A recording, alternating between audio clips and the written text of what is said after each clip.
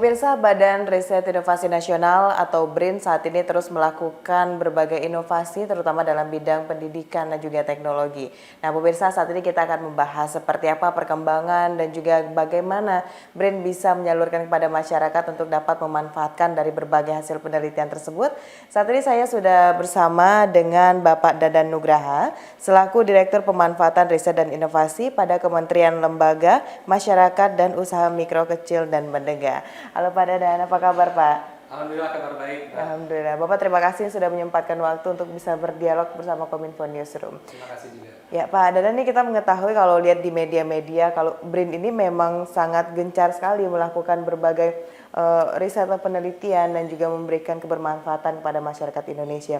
Di awal ini Pak Dadan kita ingin tahu bagaimana saat ini perkembangan dari BRIN itu sendiri Pak, melihat perkembangan dari teknologi dan juga pendidikan di Indonesia dan juga global ini semakin meningkat ya Pak Dadan. Baik, terima kasih. Jadi Badan Riset dan Inovasi Nasional ini merupakan lembaga pemerintah baru ya, dibentuk tahun 2021 melalui Peraturan Presiden Nomor 78 tahun 2021. Jadi praktis baru 2 tahun lebih sedikit BRIN berdiri. Dan memang di tahap-tahap awal BRIN banyak melakukan konsolidasi karena ini merupakan penggabungan dari berbagai lembaga yang ada sebelumnya, ada LIPI, BPPT, LAPAN, Batan, dan juga Kementerian Ristek.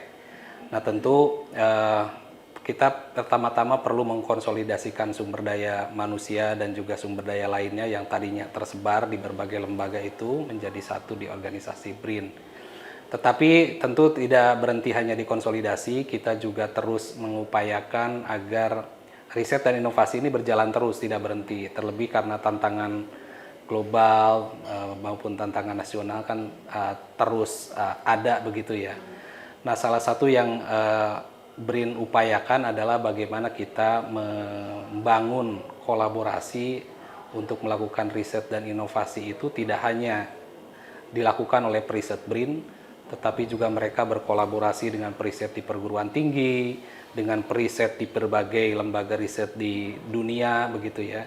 Nah itu untuk menjamin atau menjaga bahwa riset ini akan terus mengikuti kebutuhan dan perkembangan.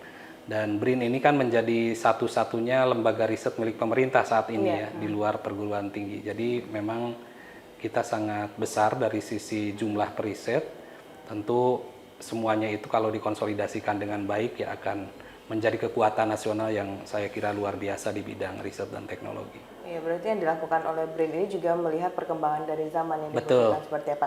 Nah Pak Dadan, ini tentu ada tantangan gitu Pak ya, terlebih dalam pemanfaatan riset dan juga inovasi. Nah ini tantangannya seperti apa nih Pak? Baik, salah satu wujud dari kehadiran BRIN itu memang bagaimana kita bisa berkontribusi terhadap sektor real ya, sektor ekonomi khususnya. Jadi bagaimana hasil-hasil riset dan inovasi ini bisa dimanfaatkan oleh industri, oleh masyarakat, oleh pemerintah, oleh UMKM dan lain sebagainya sehingga nanti akan berdampak. Dampaknya bagi sosial, bagi ekonomi, termasuk bagi kemajuan iptek itu sendiri. Nah tantangannya terutama kalau dikaitkan dengan bagaimana kita membawa hasil riset itu ke masyarakat, ke UMKM, yang pertama adalah tantangan di komunikasi ya.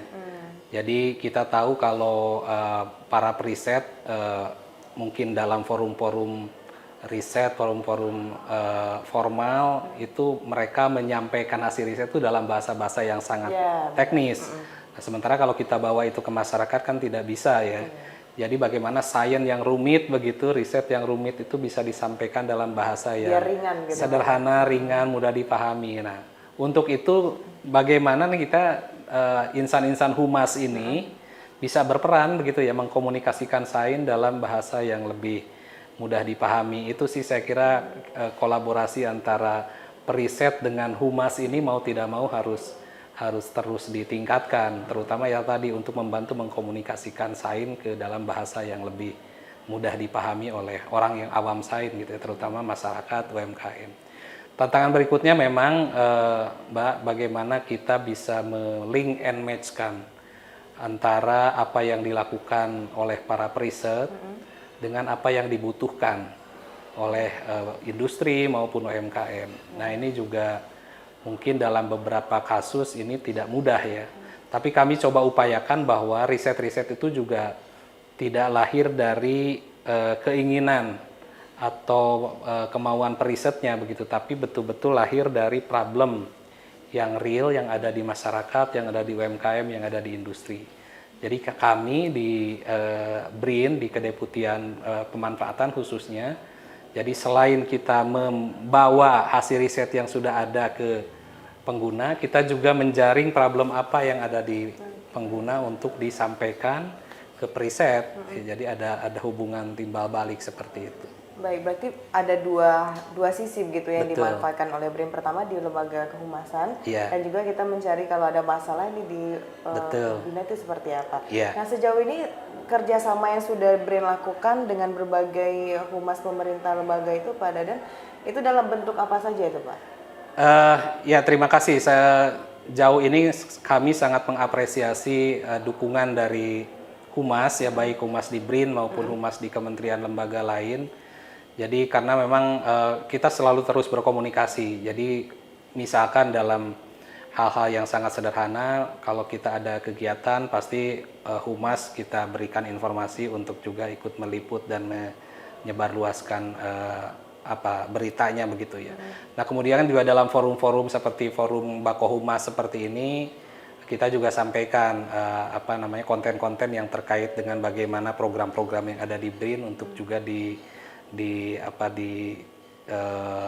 amplifikasi begitu ya, diamplifikasi oleh teman-teman humas baik di BRIN maupun di kementerian yang lain.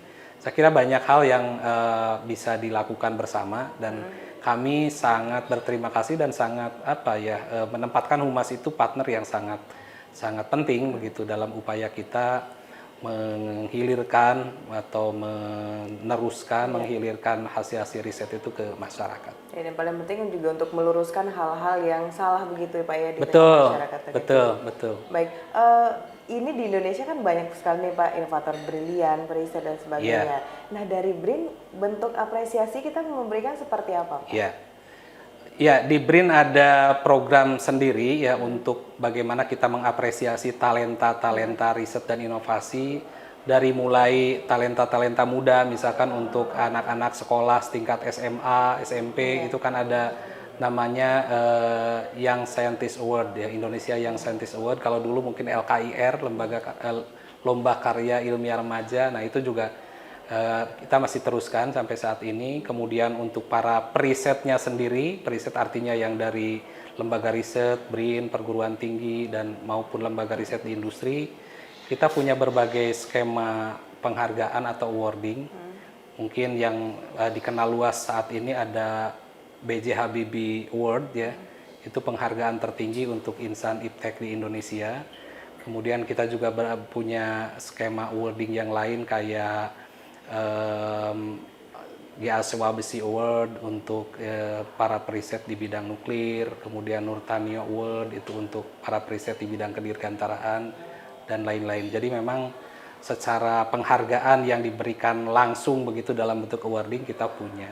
Nah dalam bentuk lain kita juga punya program-program fasilitasi untuk misalkan penghargaan bagi inovator yang lahir dari akar rumput dari masyarakat.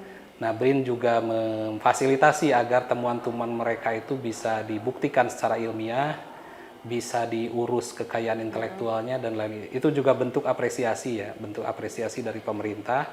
Dan ke depan diharapkan makin banyak tuh masyarakat yang tertarik untuk menemukan, mengkreasikan sesuatu yang nanti bermanfaat tidak hanya untuk dirinya tetapi juga untuk lingkungannya. Banyak sekali ternyata apresiasi yang diberikan oleh BRIN gitu Pak ya. Nah ini masyarakat atau pemirsa juga harus tahu nih Pak, sekarang kan kita ada Inari Expo 2023 Pak. Betul. Nah ini bisa disampaikan juga biar masyarakat bisa datang begitu Pak. Dan ini bedanya apa sih Pak sama Inari Expo 2022? Mungkin ada perbedaan Pak? Baik, jadi Inari Expo ini satu event yang memang diinisiasi oleh BRIN. Tujuannya antara lain untuk mempublikasikan ya hasil-hasil riset ke masyarakat, tapi di luar itu juga untuk membangun jejaring, memperluas jejaring antara para periset dengan stakeholder, karena di situ juga banyak event selain pameran, ada berbagai workshop, seminar, begitu pertemuan, diskusi. Jadi diharapkan memang ini jadi satu wahana untuk menumbuh kembangkan riset dan inovasi ya, termasuk nanti pemanfaatannya ke industri dan pelaku usaha yang lain. Ini adalah penyelenggaraan tahun kedua. Inari Expo tahun 2023 ini dilaksanakan dari tanggal 20 sampai 23 September di gedung ICC di kampus BRIN di KST Soekarno Cibinong. Jadi silahkan masyarakat masih punya kesempatan sampai tanggal 23 nanti untuk hadir karena ini terbuka untuk umum.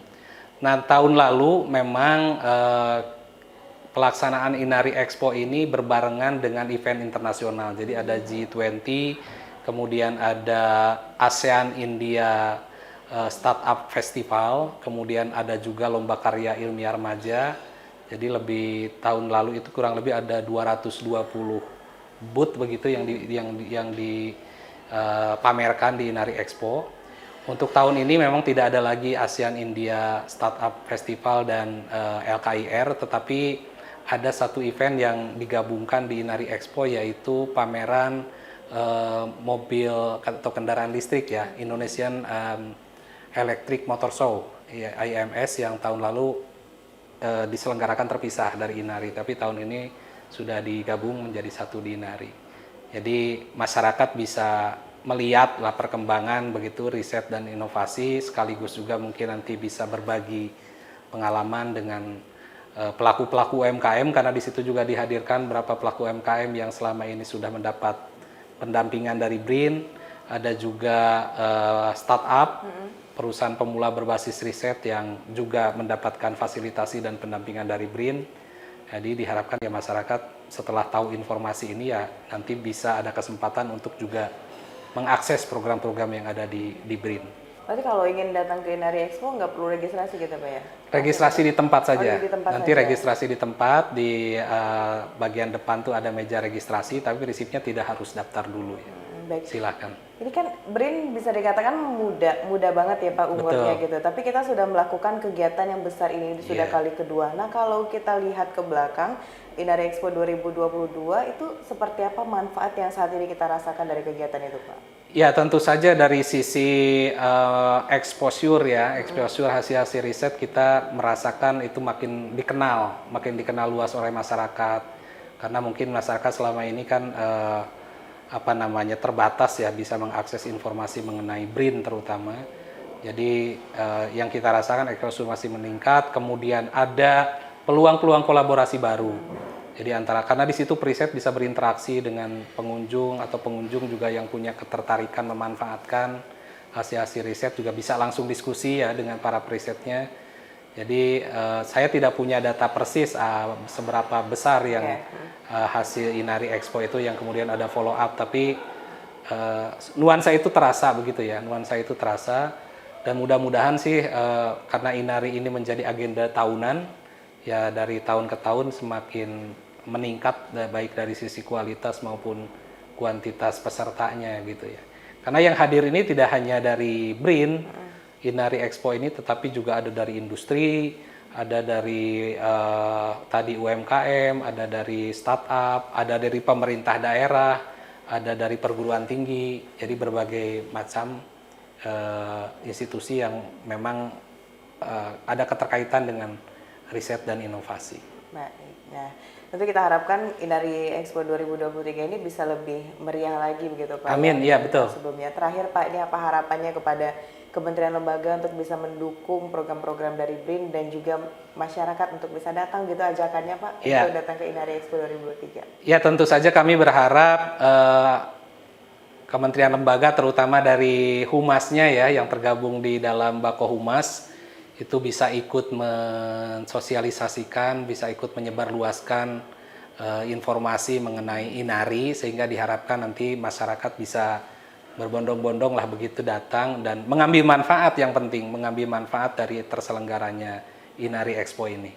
Baik, ya tentu itu adalah harapan kita bersama Pak untuk kemajuan riset dan juga teknologi pendidikan di Indonesia. Pak Dadan, terima kasih banyak sudah berdialog bersama Kominfo Newsroom.